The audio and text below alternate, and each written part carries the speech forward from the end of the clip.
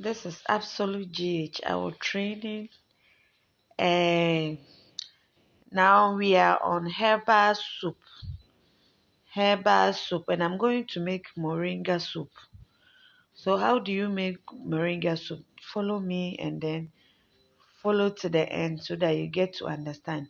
You just have to plug your moringa leaves fresh, then you wash it, you blend. If you don't have a blender, you can pound it. The moringa, someone was, is it necessary to pluck it the same day you are going to make? Yes, if you have the moringa available with you, you just plug it in the morning and then you just use it. Or if it's not available with you, you plug it today, the next day you use it. Don't make it, don't plug the leaves and leave it for about 3 days. The green color will go away. So that's how you have to do it. So after blending, you have to sieve to remove any chunks from it, all the particles from the moringa that you've blended, because we want a watery moringa, not the chunk one. Otherwise, you will find them in your soup, the stems and the rest. We don't want that, so make sure you sieve it very, very well. So if you are not using it the same day, then I will advise you plug the moringa, you wash, blend, and then you store it in the freezer. You freeze it until the day you are okay or you are free, or until the day you feel you can use it to make your soup. Or maybe you forgot to do it a day before and you want to make your soup that very day. So you can do it this way. In the morning, you plug the moringa, you put it in the fridge, and then later on you use it to mix the caustic soda very cold, and then you can use it that very day. So after mixing, blending, and sieving the moringa, I then measured my 3 cups, 3.5 cups of moringa. Then I measured 1 cup of caustic soda. It's just like you are making any other bathing soup. 1 cup of caustic soda is to 3 cups of water. So that's how it works. So you do it this way, you stir and then you leave it. You cover it at a safe place. You leave it for it to cool down. The next day, then you use it. I hope you understand. You can either you make it the same day and use it. That is, you can freeze the moringa and then you mix your caustic soda with it, which with the ice will cool it, will cool the caustic soda, the heat of the caustic soda, so you can use it the same day. Or you mix it like this. You leave it till the next day when it has cooled down, the caustic soda has cooled down, before you use it to make your soup. So let me take this opportunity to explain something here. It's not always that you have to soak your caustic soda till the next day. For instance, you are in a hurry and you want to make soup. You just remembered maybe you'll be traveling and you have to make a soup and travel before when you come, it's okay to use.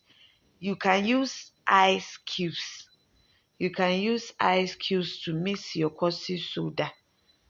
To mix the caustic soda with the ice cubes.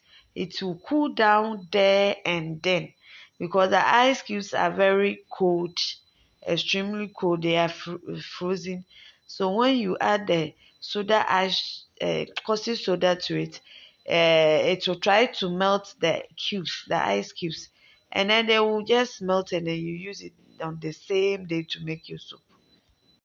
Ingredients I'm going to use here are the daily ingredients or normal ingredients we use to make soup.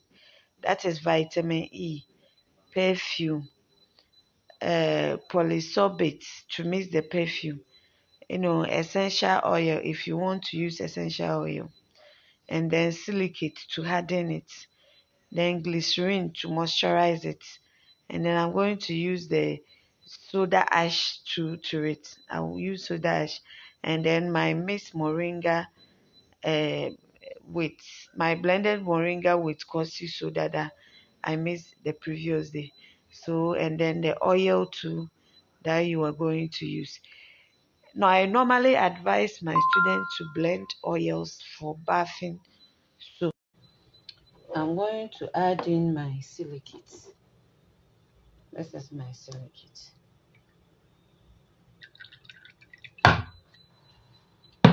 Stay.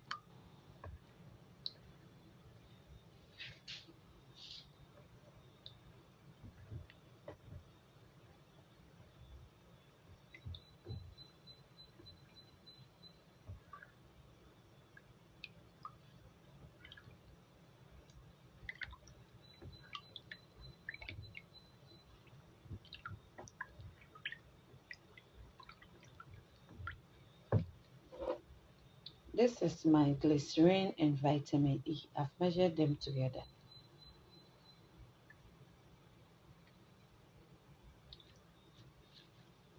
After adding in your ingredient, then you stir. This time I'm also going to add in soda ash solution to show you how it is done, because someone asked the question in some of my previous training, and I have to explain here. Like I said, I still insist it's not advisable to use soda ash in bathing soap because some people have sensitive skin. But if you so wish, then you can use your soda ash at a very minimal quantity, and then you mix it with water, then you add it to it. Or you can even add it to your caustic soda solution, and before you add it to your oil. So after this is the soda ash solution that I'm going to add, or I'm adding, for you to see. You can still use it, but it's not necessary. It's not necessary because it might cause problem for some people. So I always advise you forgo it when you are making a bathing soap.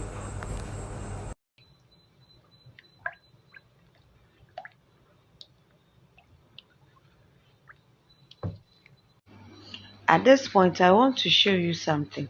If you have a gun thermometer, it really does help, in checking the temperatures of your oil and your caustic soda.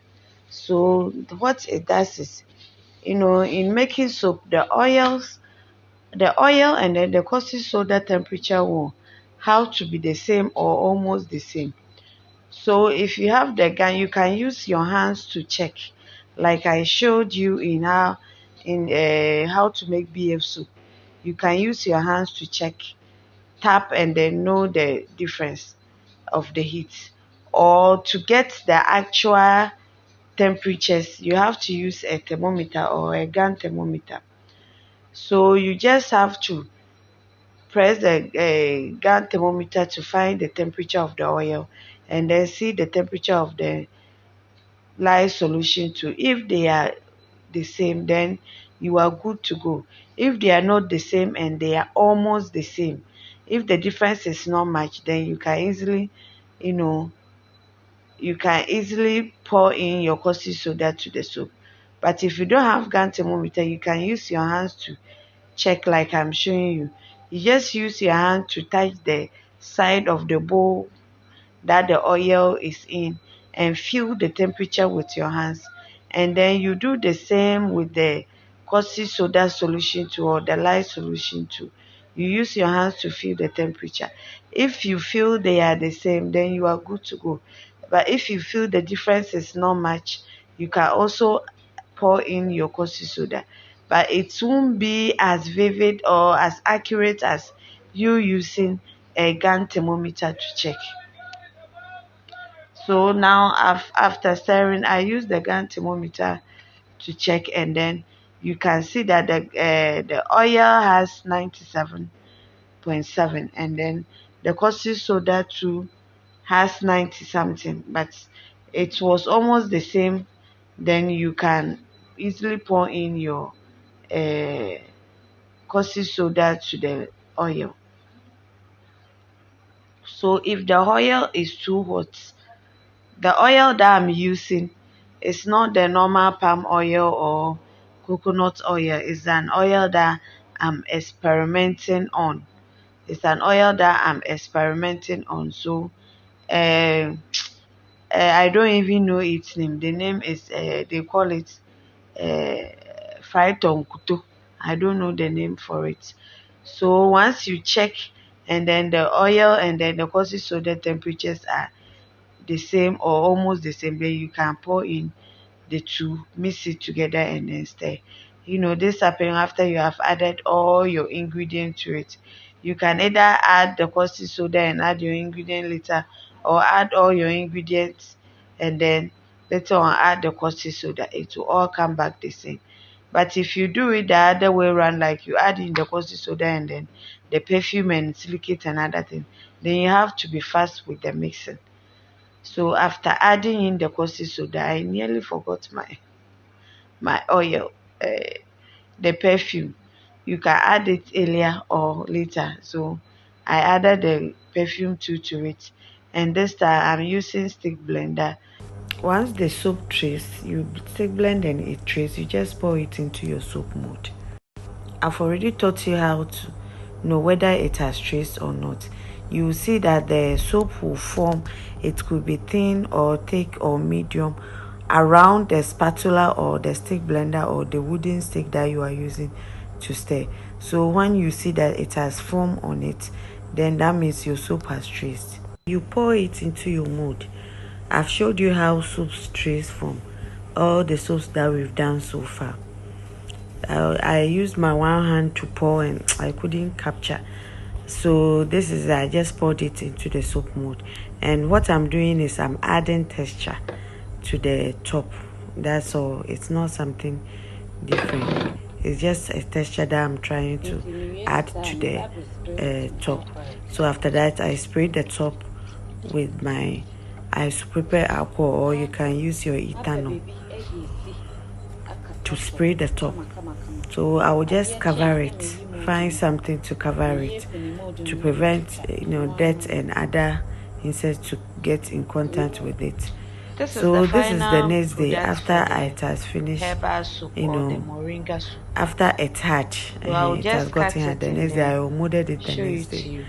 So I'm just removing it from the soap mold. Maybe you want to make and then lightening cut soap or into a desired size that I want. If the lightening soap or the brightening soap is herbal soap, you just have to add anything to the oil different. Or after it's just like the normal bathing soap, which you have added herbs to it. That's all. Then you can add color. You can add any herb that you know. It will help if it's a powder, with the skin, then you add it to the oil itself.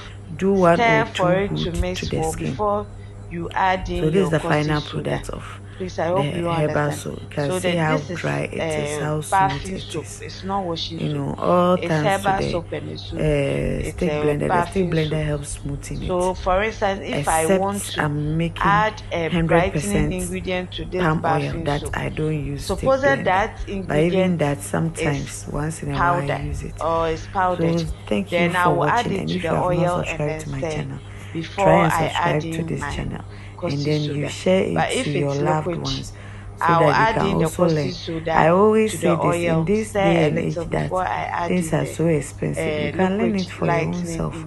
Use it at home, and then to prevent you from buying a whole lot of things and also losing a lot of money. So see you in my next video. If you want to join my online training, just give me a call on the numbers on your screen and in your description box. You don't have to give it any color apart from green, because we can talk and also schedule time that we do our online training. Currently, I'm only offering online training. No one will even buy it. The face-to-face one, I don't really have time now for it. So the online is as effective as coming to you face-to-face, because I will have all the time, and it lasts until you are okay. If you pay money and you are not okay, the training does not end.